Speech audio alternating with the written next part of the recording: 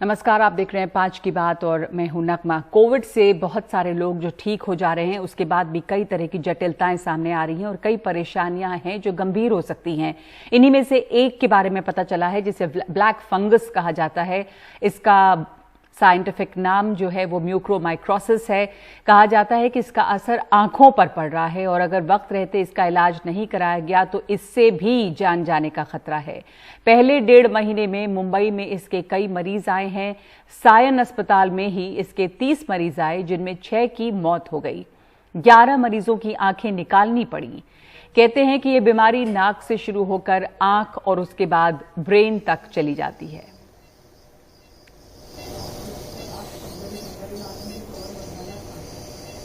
तो ये कोरोना से जुड़ी बीमारी है। कोरोना से ठीक होने के बाद ये बीमारी सामने आ रही है। मुंबई के लायंस क्लब अस्पताल में भर्ती नितिन शिंदे की बाईं आंख इसी बीमारी की वजह से निकालनी पड़ी। कल 7 घंटे इनकी सर्जरी चली है। मैं पहले दूसरे दिन से भाग रही हूँ, तो भी चौथे दिन तक या तीसरे दिन तक मेरे पति की हालत इतनी बेकार हो गई कि उनके मुंह से और इसे से खून आने लगा केएम हॉस्पिटल में। फिर मुझे नज़दीक में जो हॉस्पिटल मिला, उसको रात को मैंने लायंस क्लब में वहाँ पे उनको शिफ्ट किया। डॉक्टर ये बता रहे हैं कि अगर कुछ और देर हो जाती नितिन शिंदे के मामले में तो उनकी जान जा सकती थी। ये बीमारी आंख से उनके दिमाग में पहुंच जाती। जब भी वो एडमिट हुए तभी उनके शुगर्स काफ़ी हाई थे, किडनी के ऊपर असर हुआ था, तो उनका लेफ्ट साइड का जो आंख था वो पूरी तरीके से म्यूकोरमाइकोसिस की वजह से खराब हो चुका था। और अगर ज़्यादा समय अगर रुकते थे तो ये बीमारी ब्रेन तक पहुंच सकती थी और उसमें इसका मोर्टालिटी रेट जो है ब्रेन तक पहुंचे तो बहुत हाई रहता है। करीबन 6 से 7 घंटे तक ये सर्जरी चली, काफ़ी मेजर सर्जरी थी और इसमें पेशेंट की एक आंख अनफॉर्चुनेटली हमको निकालनी पड़ी, लेकिन वो पेशेंट की जान बचाने के लिए बहुत ज़रूरी था। पूजा भारद्वाज हमारे साथ मौजूद हैं इस पर और जानकारी के लिए। पूजा, तो इस तरह के कितने मरीज मुंबई में देखे गए हैं और क्या ये इस दफा जो सेकंड वेव रहा उसके बाद ही ये कॉम्प्लिकेशन नजर आ रहा है, क्योंकि पिछले साल ये नहीं सामने आया था? और ये जो म्यूकोरमाइकोसिस है वो दरअसल क्या है, किस तरह असर डाल रहा है?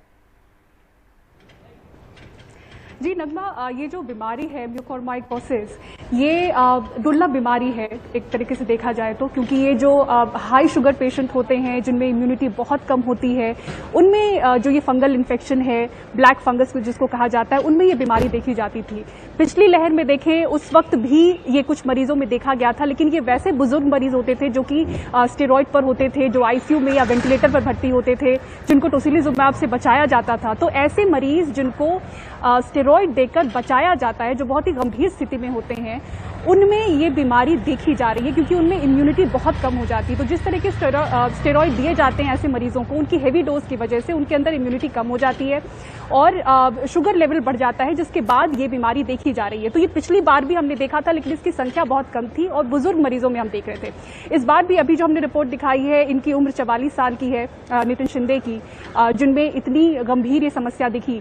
तो ये नाक से इसकी शुरुआत होती है, इस ब्लैक फंगस की। नाक के बाद ये आंखों तक पहुंचती है ये बीमारी और फिर ब्रेन तक पहुंचती है। कहा जा रहा है कि अगर ये बीमारी ब्रेन तक पहुंच जाती है तो इसका जो डेथ रेट है वो 80% हो जाता है, यानी कि बहुत ही मुश्किल हो जाता है मरीजों को बचाना।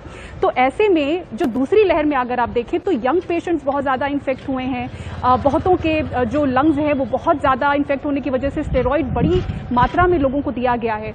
इस वजह से इस बार जो मरीज हैं वो बड़ी संख्या में देखे जा रहे हैं, क्योंकि गंभीर मरीजों की संख्या इस बार बहुत थी, स्टेरॉइड लेने वाले मरीजों की संख्या बहुत थी और इन मरीजों में स्टेरॉइड की वजह से इम्यूनिटी कम होती है, शुगर लेवल बढ़ता है और ये बीमारी उनमें देखी जा रही है। डॉक्टर जो है वो ये भी कह रहे हैं, ज्यादातर एक्सपर्ट्स मुंबई के जो बता रहे हैं कि जो मरीज हैं वो बहुत देरी बाद पहुंच रहे हैं अस्पतालों में। तो पिछले साल अगर मान लीजिए जो मरीज होते थे, बुजुर्ग मरीज, वो रिकवर होने के बाद भी काफी समय तक आईसीयू में होते थे। तो अगर ये जो बीमारी थी म्यूकोरमाइकोसिस, वो आईसीयू में ही उनके अंदर देखी जाती थी, तो अस्पताल में ही उनका ट्रीटमेंट होता था। यहाँ बड़ी संख्या में जो मरीज हैं वो होम क्वारंटीन में हैं और बेड न होने की वजह से कई डॉक्टर्स होम कंसल्टेशन ही चल रहा है और उसमें ही उनको स्टेरॉइड बताया जा रहा है। तो ऐसे में जो घरों में इलाज होने वाले मरीज हैं उनकी अचानक से गंभीर स्थिति हो रही है और लेट पहुंच रहे हैं, और जब आंखों से दिमाग तक जाने वाली ये अवस्था होती है उस वक्त पहुंच रहे हैं। जी, आपने जैसा कहा कि इस दफा चूंकि स्टेरॉइड का ज्यादा इस्तेमाल हुआ है, गंभीर हो रहे हैं मरीज और उसमें ये बीमारी देखी जा रही है। इस पर हम विस्तार से बताया पूजा ने। इस समय हम सीधे चलते हैं, मनीष सिसोदिया की प्रेस कॉन्फ्रेंस है और कई चीजों के बारे में जानकारी दे रहे हैं मनीष सिसोदिया, दिल्ली के उप मुख्यमंत्री। किस दबाव में उसने अफगानिस्तान को, बांग्लादेश को, अरब देशों को, ये 6.5 करोड़ की वैक्सीन अगर हमारे देश के लोगों को लग गई होती तो लाखों लोगों की जान बचती। और जब मैंने ये सवाल उठाया तो भारतीय जनता पार्टी महाझूठ बोल रही है कि हमने ऑर्डर नहीं किया। ये 1,34,00,000 का ऑर्डर है हमारे पास और भारत सरकार की रेस्ट्रिक्शन है कि आपको केवल 3,50,000, 3,59,000, करीब 3.5 लाख वैक्सीन ही मिल पाएगी। तो मैं इसलिए ये सब चीजें रखा कि इससे साफ हो जाता है कि पहली बात तो ये कि भारत सरकार, केंद्र सरकार हमारी जो भारतीय जनता पार्टी की सरकार है, उसकी दिलचस्पी इस बात में ज्यादा है कि विदेशियों को वैक्सीन मिल जाए, विदेशों में ले जाके वैक्सीन बेच दी जाए। अपने राज्य अगर वैक्सीन खरीदना चाहें तो उनको फिर केंद्र सरकार कहती है नहीं, आप जितनी मांग रहे हैं उतनी नहीं मिल सकती आपको तो केवल आप 1.5 करोड़ मांगते हो, आपको 3.5 लाख मिलेगी। यही बाकी राज्यों के साथ भी हो रहा होगा, किसी भी राज्य को पर्याप्त मात्रा में नहीं मिल रही है। तो क्यों ऐसा मिल रहा है? मुझे तो लगता है भारतीय जनता पार्टी को भी मैं कहना चाहूंगा कि ये झूठ की राजनीति, झूठ के तहत प्रोपेगेंडा चलाने की राजनीति छोड़ें। बहुत हो गया, देश बहुत बुरे संकट में है। कम से कम अब तो समझ जाइए कि देश बहुत बुरे संकट में है। पिछले 2 महीने में जब आप विदेशियों को वैक्सीन बेच रहे थे, 1 लाख लोग मर चुके हैं देश में। अब तो आंखें खोलिए भारतीय जनता पार्टी के नेताओं, अब तो देखिए कि देश के लोग मर रहे हैं, बिलख रहे हैं, बच्चे अनाथ हो जा रहे हैं, लोगों के अपने चले जा रहे हैं। भारतीय जनता पार्टी के नेताओं और कार्यकर्ताओं के घरों में भी यही हो रहा है। ऐसा नहीं कि वो फेस नहीं कर रहे हैं, लेकिन झूठ सिर्फ इसलिए क्योंकि आपको विदेशों में वैक्सीन बेचनी है। किस लिए? ये झूठ की और प्रोपेगेंडा की राजनीति छोड़िए। आपने चुनाव के जरिए, आपने चुनाव कराए वैक्सीन की बीमारी के दौरान, आपने कुंभ कराया वैक्सीन की बीमारी के दौरान, कोविड की बीमारी के दौरान, और जब लोग वैक्सीन मांग रहे थे तो आपने विदेशों में वैक्सीन बेची और देश के लोगों को मरने के लिए छोड़ दिया। मैं फिर से कह रहा हूं, ये जघन्य अपराध है, इसको समझिए और अब देश के राज्यों को वैक्सीन उपलब्ध कराइए, देश के लोगों को वैक्सीन उपलब्ध कराइए। बेड़ा गर्क कर दिया आप लोगों ने देश का। देश को बचाने का समय है, देश का बेड़ा गर्क करने का समय नहीं है। मनीष जी, 2 सवाल हैं। एक सवाल ये कि क्या आपको लगता है कि दिल्ली में कितने ऐसे वैक्सीन की अभी आपको जरूरत है, और दूसरा सवाल आपसे ये है कि जब अन्य राज्यों को ऑक्सीजन केंद्र सरकार मुहैया करा रही है तो दिल्ली को क्यों नहीं मुहैया कराएगी? ये गंदी राजनीति शुरू हो रही है ऑक्सीजन के ऊपर और वैक्सीन के ऊपर। वैक्सीन का तो जवाब दे फिर केंद्र सरकार। मैंने तो चिट्ठियां रख दी सबके सामने। बताएं कि जिस समय ये वैक्सीन विदेशों में बेच रहे थे उस समय राज्य सरकारें विदेश वैक्सीन मांग रही थी, क्यों नहीं दी इन्होंने? क्यों इन्होंने विदेशियों को बेची? जब भारत के लोग मर रहे थे, भारत का युवा मर रहा था, भारत के बुजुर्ग मर रहे थे, उस वक्त इन्होंने विदेशियों को क्यों बेची वैक्सीन? ये बताएं। हम तो गंदी करें, साफ करें, सरकार में तो आप बैठे हैं, आप साफ करें ना देश के सामने कि ऐसी क्या मजबूरी है आपकी कि आपने देश के राज्य आपको लिख रहे हैं कि साहब हमें 1.5 करोड़ वैक्सीन चाहिए, आप करेंगे 1.5 करोड़ नहीं मिलेगी, आपको केवल 3.5 लाख मिलेगी मई के महीने में, और आप विदेशों को बेच रहे हैं। और ऑक्सीजन पे, ऑक्सीजन का तो सारा डेटा सामने है, सेंट्रल गवर्नमेंट तक ने कहा है, ये कोर्ट, सुप्रीम कोर्ट तक ने कहा है सेंट्रल गवर्नमेंट को।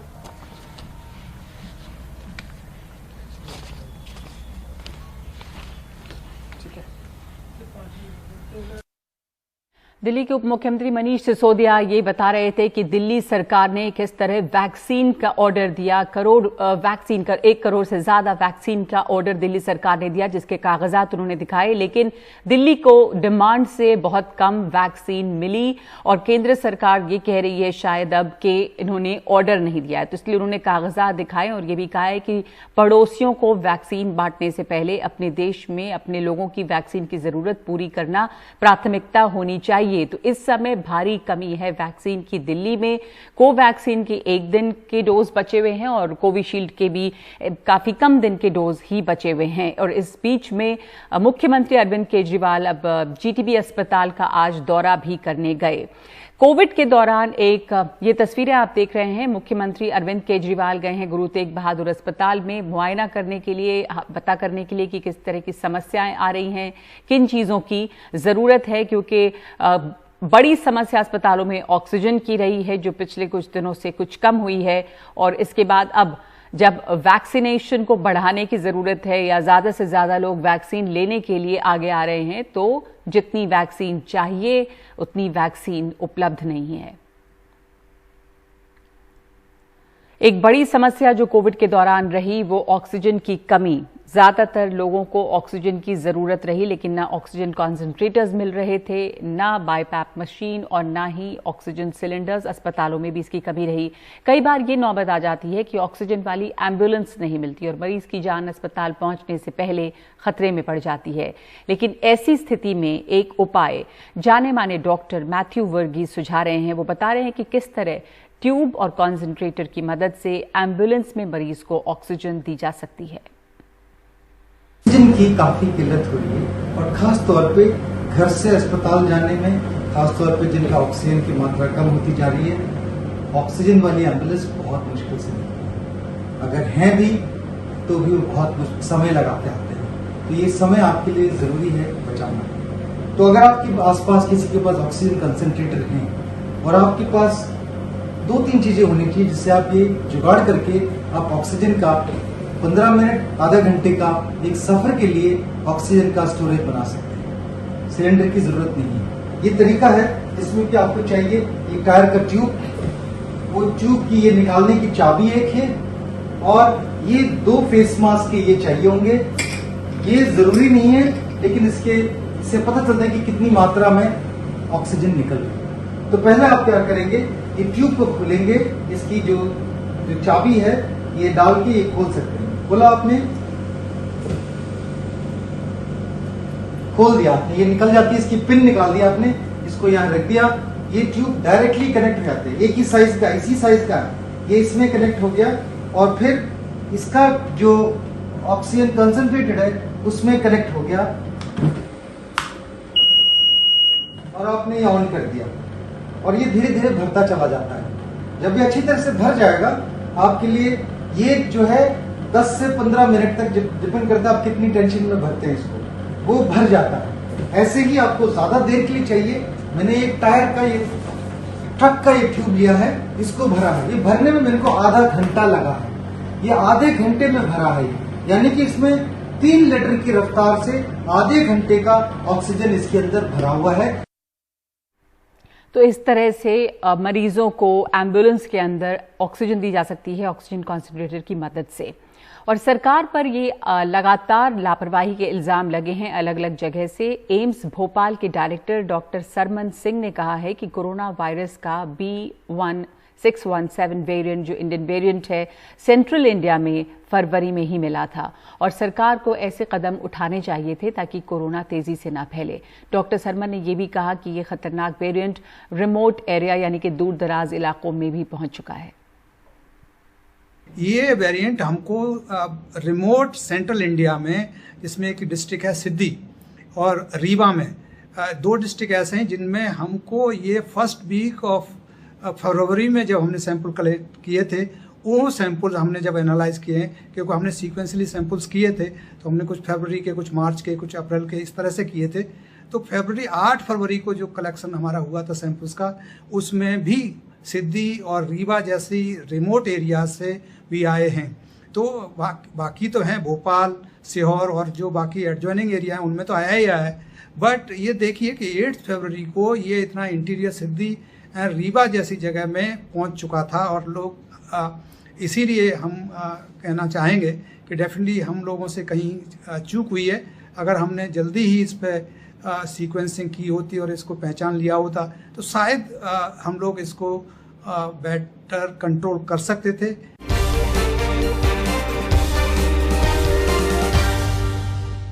दिल्ली में अस्पताल और ऑक्सीजन बेड की कमी के बीच फिर से गुरुद्वारे सेवा की भूमिका में हैं। इस पूरे दौर में वो लगातार ऑक्सीजन लंगर चलाते रहे और अब गुरुद्वारा रकाबगंज में 400 बिस्तरों का कोविड सेंटर शुरू हो गया है। यहाँ हर बेड पर ऑक्सीजन का इंतजाम है और ये पूरी व्यवस्था निःशुल्क है। इसे लोकनायक जयप्रकाश अस्पताल से जोड़ा गया है ताकि गंभीर मरीजों को वहां लाया जा सके। दिल्ली के गुरुद्वारा रकाबगंज में 400 ऑक्सीजन बेड का कोविड केयर सेंटर बनाया गया है जो आज से शुरू हो रहा है। यही है 400 ऑक्सीजन बेड का कोविड केयर सेंटर। सबसे अहम बात है, बेड तो देखिए दिल्ली सरकार के अस्पतालों में या और दूसरे प्राइवेट अस्पतालों में भी मिल जाएंगे, लेकिन जो इस समय सबसे ज़्यादा ज़रूरी है वो है ऑक्सीजन। उसके लिए यहाँ पर सभी बेड के ऊपर जितने बेड यहाँ पर हैं, यानी कि 400 बेड हैं, सभी पर ऑक्सीजन की व्यवस्था की गई है। ये बड़े कॉन्सेंट्रेटर दिख रहे हैं, कुछ छोटे कॉन्सेंट्रेटर भी हैं। अलग अलग तरह की व्यवस्था अलग अलग तरीके के मरीजों के लिए की गई है और ये जो है आज से शुरू हो रहा है। दिल्ली सिख गुरुद्वारा प्रबंधक कमेटी की तरफ से ये इंतज़ाम किया गया है और दिल्ली सरकार का जो अस्पताल है लोकनायक जयप्रकाश अस्पताल, उसके साथ इसको अटैच किया गया है ताकि यहाँ पर अगर कोई मरीज़ गंभीर होता है तो उसको वहाँ शिफ्ट किया जा सके और अगर वहाँ से कोई मरीज़ ठीक होता है और उसको कम इलाज की ज़रूरत है तो यहाँ पर उसको शिफ्ट किया जा सके। सरदार मनजिंदर सिंह सिरसा है हमारे साथ में, जो कि प्रधान हैं दिल्ली सिख गुरुद्वारा प्रबंधक कमेटी के। सर, थोड़ी सी व्यवस्था बताइए कि किस तरह से व्यवस्था होगी और कितनी बड़ी व्यवस्था है, कैसे रहेगी? 400 बेड का ये शायद इंडिया का पहला ऐसा मेडिकल सेटअप है जो सरकार या आर्मी के बाद किसी ने बनाया हो। 10 दिन में गुरु साहब की कृपा के कारण 10 दिन में ये एक सेमी हॉस्पिटल तैयार हुआ है। अब इसमें हर वो चीज़ अवेलेबल है सिवाय आईसीयू के। दवा से लेके, एम्बुलेंस से लेके, मेडिकल फैसिलिटीज से लेके, ऑक्सीजन 5 लीटर वाले को 5, 10, 20 लीटर तक के भी अलग अलग इसके हमने सेक्शंस बनाए हैं। और बड़ी बात क्या है, दुआ के साथ साथ दुआ जो है गुरु की कृपा। हरमीत सिंह कालका है मेरे साथ में, जो कोऑर्डिनेटर भी हैं और महासचिव हैं दिल्ली सिख गुरुद्वारा प्रबंधक कमेटी के। सर, किस तरह से मरीज को यहाँ पर दाखिला दिया जाएगा, क्या करना होगा, क्या डायरेक्ट आ जाएं या फ़ोन कर सकते हैं, किस तरह से होगा? देखो, एक तो इसका हमारा जो दिल्ली सिख गुरुद्वारा कमेटी का पोर्टल भी है और साथ में हमने हेल्पलाइन नंबर भी दिया है यहाँ पर। और उसके साथ साथ यहाँ पर ओपन है, किसी के पेशेंट के घर वाले कोई आके यहाँ पर रजिस्ट्रेशन कराना चाहते हैं, यहाँ पर कोई रिजर्वेशन नहीं है। फर्स्ट कम फर्स्ट सर्विस है। 15 एम्बुलेंसेज हमने लगा दी हैं जो LNJP हॉस्पिटल के साथ कनेक्टेड है और वहाँ पर ICU के साथ हमारा कनेक्शन हो गया कि हमारे एक फ़ोन कॉल के ऊपर यहाँ से अगर कोई क्रिटिकल हो जाता है तो उसको LNJP हॉस्पिटल। एक सवाल मन में आ रहा है कि जो एम्बुलेंस हैं, क्या ये ऑक्सीजन एम्बुलेंस होंगी? बिल्कुल ऑक्सीजन एम्बुलेंस है। ये ऑलरेडी दिल्ली से गुरुद्वारा मैनेजमेंट कमेटी ने पिछले 20 दिन से लोगों के लिए चला रहे हैं। जो लोगों को ट्रांजिट चाहिए, घर से लेके हॉस्पिटल तक जाना है, लोगों को जो हॉस्पिटल बाजार में 25-50 हज़ार रुपये में जो एम्बुलेंस 2-2 किलोमीटर की मिल रही है, वो फ्री सेवा चल रही है। जो मेडिकल टीम हमें गवर्नमेंट की तरफ से मिली है, ये सारा उन्होंने देखना है कि किसको लाने के लिए वो अलाउ करेंगे और यहाँ आने के बाद तो यहाँ पर टीम बाहर बैठी ही है। ठीक है, और सारा कुछ मुफ्त है? एक एक चीज़ मुफ्त है। गुरु घर का लंगर भी यहाँ दिया जाएगा, चाय भी दी जाएगी और फ्रूट भी दिया जाएगा। जो चीज़ हॉस्पिटल में दी जाती है और मैं समझता हूँ गुरु घर में उससे ज़्यादा अच्छी वाइब्स के साथ जो चीज़ मिलेगी। थोड़ा शब्द गलत इस्तेमाल किया, सेवार्थ है। बिल्कुल सेवार्थ है और ये सारी कहना नहीं चाहिए, सेवार्थ कर रहे हैं आप लोग। बिल्कुल, बहुत बहुत धन्यवाद। कुल मिलाकर जो दिल्ली के गुरुद्वारों का मकसद है, जो मैसेज है इस तरह की व्यवस्था के ज़रिए वो देना चाह रहे हैं, वो ये है कि कोरोना इंसानों को मार सकता है, इंसानियत को नहीं। दिल्ली के गुरुद्वारा रकाबगंज से अपने सहयोगी शशिकांत के साथ मैं शरद शर्मा, NDTV इंडिया। लोकसभा सांसद और बीजेपी नेता रमेश बिधूड़ी ने भी दिल्ली के तुगलकाबाद में 50 बेड का कोविड सेंटर बनाया है।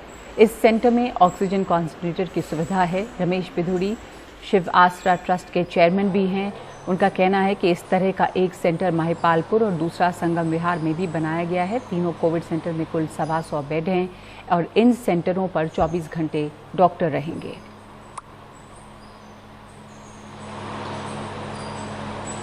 ये कोविड केयर सेंटर 125 बेड इसमें हैं। इसमें 50 बेड महिपालपुर में है, 50 बेड तुगलकाबाद में, 50 बेड संगम विहार G ब्लॉक शूटिंग रेंज के पास में है। 5 दिन के अंदर ये कोविड केयर सेंटर तैयार किया गया है। ऑक्सीजन की यहाँ पर व्यवस्था है, फ्री मेडिसिन की यहाँ पर व्यवस्था है, बेड की, खाने की, पीने की, मरीज को सभी सुविधाएं जो अच्छी से अच्छी अस्पताल में दी जाती है वो सुविधा देकर ये हम प्रारंभ करने जा रहे हैं।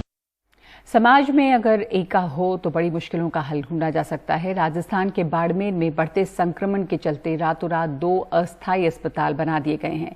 इन दोनों अस्पतालों में 32 ऑक्सीजन बेड हैं और खास बात है कि एक विधायक की पहल पर जन सहयोग से बने इन 2 अस्थायी अस्पतालों के लिए सरकार से 1 पैसा भी नहीं लिया गया है।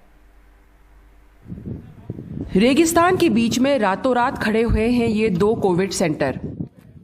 बाड़मेर से कुछ किलोमीटर दूर भामाशाहों की मदद से यहां कंटेनर में कोविड सेंटर बन गए हैं।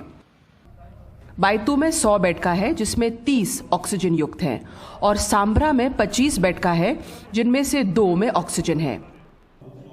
और इस पहल के पीछे हैं यहां से विधायक हरीश चौधरी, लेकिन वो कहते हैं जन सहयोग से ही ये बना है, सरकार से 1 रुपया भी नहीं लिया है। मैंने वहाँ के स्थानीय जनप्रतिनिधि से बात करी और सबने चर्चा करी। सरपंच साहिबा है, वहाँ के जिला परिषद के सदस्य है खैराज हुड्डा, तो बनाना चाहिए। उन्होंने हामी भरी। तमाम स्थानीय लोगों ने मिलकर 24 घंटे के अंदर ये अस्पताल बनाया। 1 रुपया भी सरकारी खर्चा उसके ऊपर बनाते ना जब पूर्ण किया जब तक नहीं लगाया, अब उसको सरकारी तंत्र को हैंड ओवर कर दिया। राजस्थान के ग्रामीण इलाकों में कोविड तेजी से फैल रहा है। 41% केसेस अब ग्रामीण इलाकों से आ रहे हैं। ऐसे में दूर दराज इलाकों में चिकित्सा व्यवस्था पहुंचाना सरकार के लिए सबसे बड़ी चुनौती है। हमारे पास में 100 बेडेड का ये कोविड सेंटर है। 100 बेडेड के अंदर हमने स्टार्ट में 10 ऑक्सीजन सपोर्टेड बेड बनाए थे, लेकिन आज हमने बढ़ा के उसको 16 भी कर दिया है। हम कोशिश कर रहे हैं कि प्रॉपर जो क्वालिटी है वो भी मेंटेन रहे अच्छे से। और इसको बनाने के बाद में अभी 8-9 दिन है। आज 9 दिन के अंदर मुझे एक चीज़ समझ में आई कि जो पेशेंट्स बालोतरा बाड़मेर में भी नहीं झेल पा रहे थे, मतलब उनको जगह नहीं मिल पा रही, वो लोग भी आए। बंकर में बने इस अस्थायी अस्पताल में एयर कंडीशनिंग की सुविधा है, डॉक्टर्स के लिए रहने की भी व्यवस्था है। एक बंक हाउस है जो टोटल 40 बाई 40 फीट का है। पूरा प्रॉपर जो हॉस्पिटल का क्लिनिक होता है उसके अंदर डॉक्टर के रहने की भी सुविधा है, उसको देखने के लिए पूरा उसके सब जो सुविधा स्ट्रेचर वगैरह सब कुछ है वो सब उसके अंदर क्लिनिक के अंदर है और पूरा एसी फैसिलिटी भी है अंदर। और उसके अलावा एक पेंट्री है जो वहाँ पर जितने भी हाउसकीपिंग वगैरह जो काम होगा उसके लिए, और एक एडमिशन कोई विजिटर वगैरह उनके लिए, और प्लस जो बेड है वहाँ पर जो लगे हुए सब उसके अंदर कंप्लीट सुख सुविधा है। उसके अंदर टॉयलेट, बाथरूम, एसी, पानी, सब सुविधा उसके अंदर, मतलब 4 स्टार कैटेगरी की सब सुविधा है। कोविड सेंटर में भर्ती मरीजों के लिए चाय नाश्ते से लेकर खाने की भी व्यवस्था की गई है। रेगिस्तान के बीच में ये कोविड सेंटर एक उदाहरण है कि जन सहयोग मिले तो इस मुश्किल घड़ी से निपटने के लिए सरकार को भी हौसला मिल सकता है। बाड़मेर से कन्हैया लाल के साथ जयपुर से हर्षा कुमारी सिंह, एनडीटीवी इंडिया।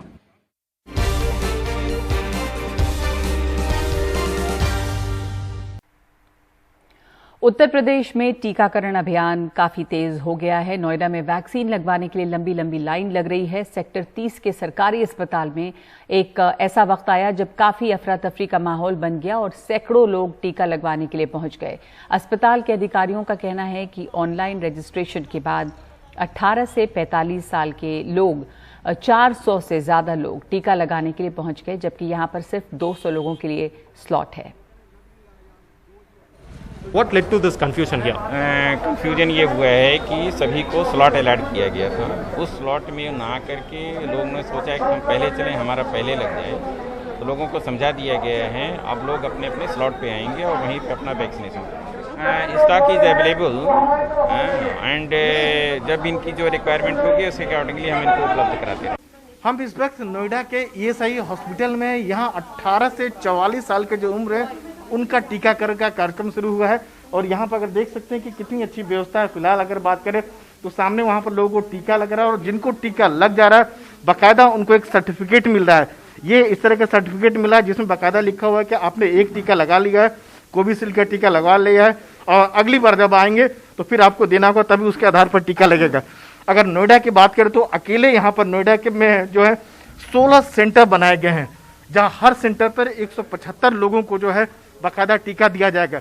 यानी रोजाना जो है 2800 लोगों को डोज दिया जाएगा जो है कोवैक्सीन का। और सबसे बड़ी बात है कि जो 18 साल के ऊपर के जो युवा हैं 44 साल तक, उनको ये लगता है कि उनको वैक्सीन लग जाने पर कोरोना कम से कम नहीं होगा, या अगर कोरोना होता भी है तो उसका असर जो है कम होगा, एक सबसे बड़ी आस कर सकते हैं।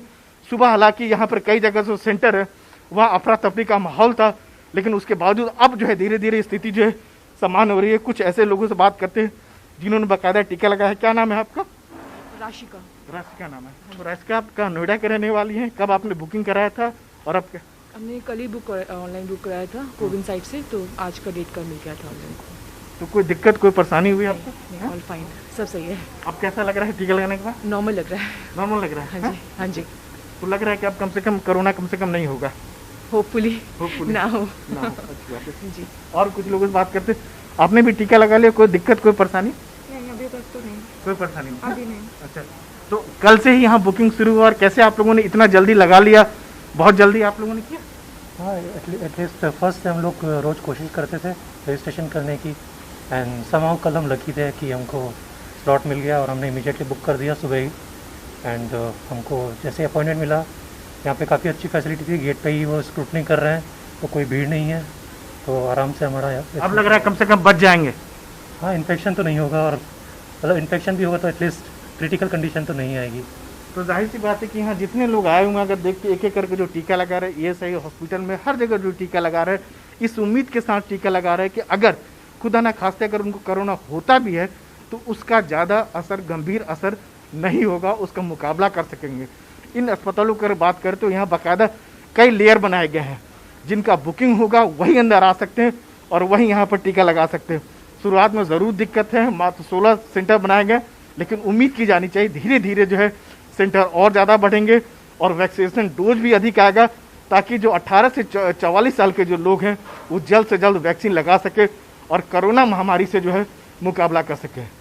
नोएडा से कैमरामैन पूजा आर्या के साथ राजीव रंजन, एनडीटीवी इंडिया।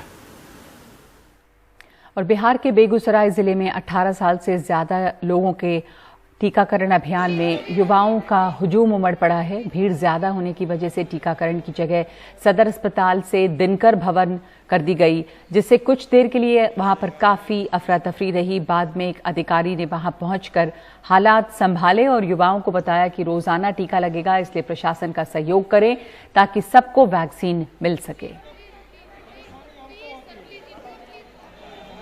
बिहार में पिछले कुछ दिनों में कोरोना केस घटे हैं, लेकिन लोगों का कहना है कि इसकी वजह ये है कि कोविड टेस्ट कम हो रहे हैं। ग्रामीण इलाकों में बहुत सारे लोग लक्षणों के बावजूद टेस्ट कराने से बच रहे हैं। एनडीटीवी ने दरभंगा जिले के सिंघवारा ब्लॉक में जाकर हालात का जायजा लिया। वहां के डॉक्टर का कहना है कि यहां बिल्कुल कम्युनिटी ट्रांसमिशन हो रहा है। हम यहाँ फिलहाल दरभंगा जिले के सिंघवाड़ा ब्लॉक में हैं। यहाँ पर एंटीजन टेस्ट और साथ ही साथ आरटीपीसीआर टेस्ट की भी व्यवस्था है। लोग हैं, काफ़ी संख्या में हैं। यहाँ पर हर दिन अमूमन 200 एंटीजन टेस्ट होता है और करीब 10। आप लोग कितना एंटीजन और कितना आरटीपीसीआर करते हैं? अभी 2 दिन से टारगेट है 200 का, एंटीजन 200। पहले कितना था? पहले तो कम था, 65-70 रहता था। 65-70 आरटीपीसीआर का आता था और एंटीजन का कम आता था सर। अभी जो है टीका के लिए बढ़ गया है, वैक्सीन 18+ शुरू हुआ है ना टीका, इसीलिए बढ़ गया है। पर डे का 200 टारगेट आ गया। पॉजिटिव ज़्यादा जांच हो रहा है तो पॉजिटिव भी ज़्यादा आ रहा है सर, पहले नहीं आ रहा था इतना, ज़्यादा आ रहा है क्योंकि जाँच बढ़ गया है ना, इसलिए ज़्यादा आ रहा है।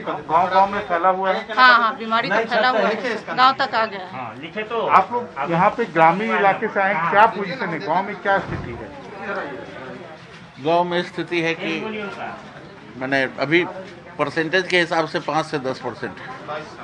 अच्छा। लेकिन फैल रहा, बढ़ रहा है। कैसे फैल रहा है? इसलिए कि हम लोग पता करते हैं ना कि किस टोले में क्या स्थिति है। आप लोग के गांव में? मेरे गांव में भी कुछ है, बट ये अभी उतना प्रभावी रूप से नहीं हुआ। लोग छिपा रहा है या लोगों को मालूम नहीं चल पा रहा? नहीं, मालूम नहीं चल पा रहा। जांच कराने के लिए आ रहे हैं, लेकिन बट यहाँ पे उतना अच्छे तरीके से हो नहीं पा रहा। जो होना चाहिए वो हो नहीं पा रहा है। आप लोग कहाँ से हैं? लाहौर से। क्या स्थिति क्या है गांव के अंदर? स्थिति क्या है गांव के अंदर? है वही कि जार बुखार जो है सो ज़्यादा लोगों को आ रहा है, खांसी भी ज़्यादा है। अभी मौसम का हिसाब से जो लोग ट्रीटमेंट भी करा रहे हैं तो ठीक भी हो रहे हैं। ये चीज़ है। छिपा भी नहीं? नहीं छिपा तो नहीं रहे लोग, लेकिन वही कि सर्दी खांसी जुकाम तो है ही है सबको। तो ये है कि गांव में काफी फैला हुआ है, कितना सही है? सही है, गांव में फैला है, कम्युनिटी लेवल पर अभी चला गया है। पहले कम्युनिटी लेवल पर नहीं फैला था, लेकिन सेकंड जो इसका वेव आया है वो कम्युनिटी लेवल पर चला गया है। अभी हम लोगों को जो यहाँ पेशेंट आ रहा है, घर माने हर 10 घर में एक घर में जरूर एक आदमी को है मिनिमम। लोग छिपा भी रहे हैं, बहुत लोग छिपा रहा है, बहुत लोग जांच करवा ले रहा है और जांच करवा के घर ही में बैठा हुआ रहता है। और वो जब सिम्टोमेटिक होता है, जब उसको सर्दी खांसी जब दम फूलने लगता है, तब हम लोगों के पास फ़ोन करता है कि हम कोविड पॉजिटिव है। इस तरह का केस मिल रहा है हम लोग। स्थिति कितना भयावह है? स्थिति तो बहुत भयावह है। अभी कम्युनिटी लेवल पर जिस स्तर से फैला हुआ है, जिस स्तर से हम लोगों को फ़ोन आ रहा है, चारों बगल से फ़ोन आ रहा है कि अभी एक घर में 4 आदमी बीमार हैं। बहुत सारे लोग हैं जो जांच कराने के लिए नहीं आते हैं, जो जांच कराने के लिए आ रहे हैं उनका कहना है एंटीजन टेस्ट ज़्यादा हो रहा है। वो भी एक लोगों के बीच में जो है आप कह सकते हैं कि हेजिटेशन का कारण ही, या उनको लग रहा है कि इसका जो निगेटिव है वो फिर बाद में जिस प्रकार से नियम था कि RT-PCR में उसकी जांच जरूर की जानी चाहिए, वो इस बार उसकी कमी है। कैमरामैन हबीब अली के साथ सिंगवाड़ा ब्लॉक से मनीष कुमार, ND2 इंडिया के लिए। संकट के बावजूद ऑक्सीजन की कालाबाजारी पर लगाम नहीं लग रही। बिहार के कटिहार में 226 ऑक्सीजन सिलेंडर जब्त किए गए हैं और ये बताया जा रहा है कि लोकमान्य तिलक एक्सप्रेस ट्रेन से 226 ऑक्सीजन सिलेंडर लाने के बाद गाड़ियों में भरकर भेजने की तैयारी हो रही थी। तभी प्रशासन ने वहां छापा मार दिया। अधिकारियों को देखते ही सिलेंडर के साथ मौजूद लोग भाग निकले। अब प्रशासनिक अधिकारी पूरे मामले पर की जांच कर रहे हैं। पुलिस के मुताबिक प्रारंभिक जांच में ये लगता है कि मामला कालाबाजारी से जुड़ा हुआ है। इस मामले में कटिहार रेल मंडल के DRM ने 2 पार्सल क्लर्क को सस्पेंड कर दिया है। नहीं, इसमें जैसे VIP गेट पर आया हुआ है और ऑक्सीजन सिलेंडर लगभग 6 kg का 200 से 250 अभी हम लोग गिनती नहीं किए हैं, और इसमें ट्रेन से आया है तो LTT लिखा हुआ है, तो ऐसा लगता है ये लोकमान्य तिलक स्टेशन से आया हुआ है। तो हम लोग सभी यहाँ आ गए हैं, SDO साहब हैं, हम हैं, सहायक थानाध्यक्ष, टाउन थानाध्यक्ष, तो हम लोग देख रहे हैं कि क्या है कैसे है, लेकिन प्रथम दृष्टया ऐसा लग रहा है ये कालाबाजारी ही है। तो हम लोग इसमें जांच करके जैसा उचित होगा, इसके द्वारा लाया गया होगा, हम लोग उसके विरुद्ध कार्रवाई करेंगे। और बेंगलुरु में लॉकडाउन का दूसरा फेज आज से शुरू हुआ, जो 24 मई तक जारी रहेगा। इस बार सख्ती काफी है। प्रशासन मजबूर है क्योंकि पहले 14 दिनों के लॉकडाउन में संक्रमण के मामले कम नहीं हुए, बल्कि जहां बेंगलुरु में पॉजिटिविटी दर 40% पहुंच गई, यानी कि 100 लोग अगर टेस्ट किए गए तो 40 लोग पॉजिटिव थे, वहीं कर्नाटक में 32% के आसपास। बेंगलुरु राज्य का सबसे संक्रमित शहर बन गया, जहां पर 3 लाख से ऊपर एक्टिव मामले हैं।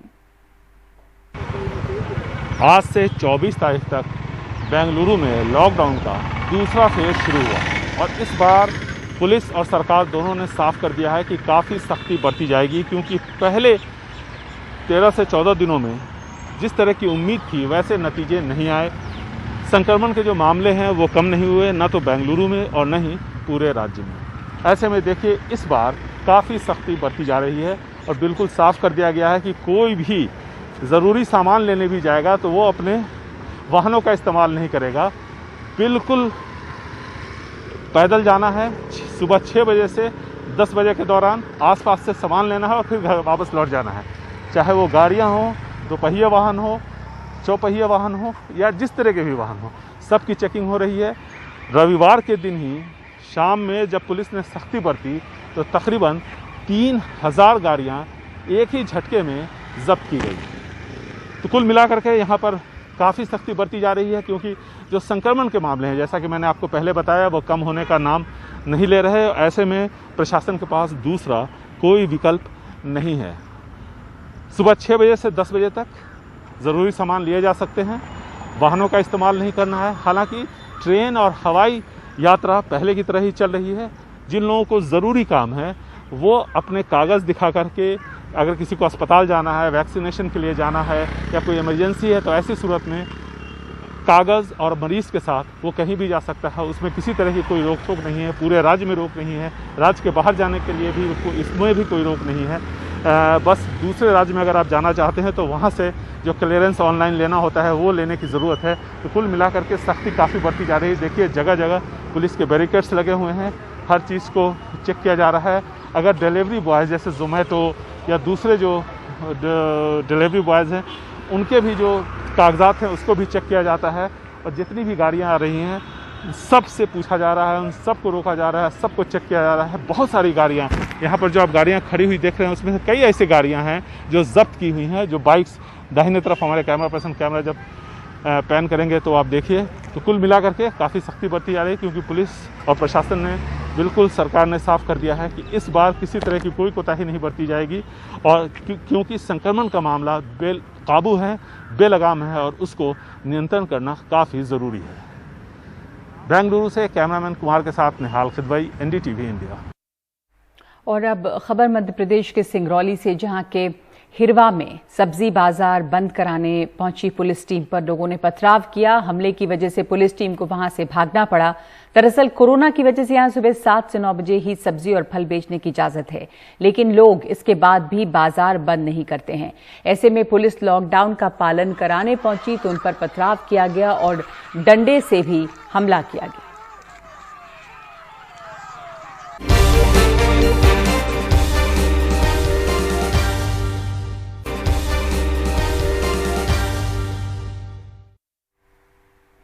हेमंत बिस्व शर्मा असम के नए मुख्यमंत्री बन गए हैं। बीजेपी ने इस बार सर्बानंद सोनोवाल की जगह हेमंत बिस्व शर्मा पर भरोसा जताया है।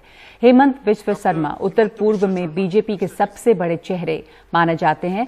शपथ समारोह में बीजेपी अध्यक्ष जेपी नड्डा भी शामिल हुए। हेमंत बिस्व शर्मा के सामने सबसे बड़ी चुनौती कोरोना पर नियंत्रण पाना है। प्रदेश में कोरोना संक्रमण के मामले तेजी से फैल रहे हैं। हेमंत बिस्व शर्मा एक मंझे हुए राजनेता हैं। उनकी पकड़ प्रदेश से लेकर दिल्ली तक है। पहले कांग्रेस में थे लेकिन 2015 में वो बीजेपी में शामिल हुए।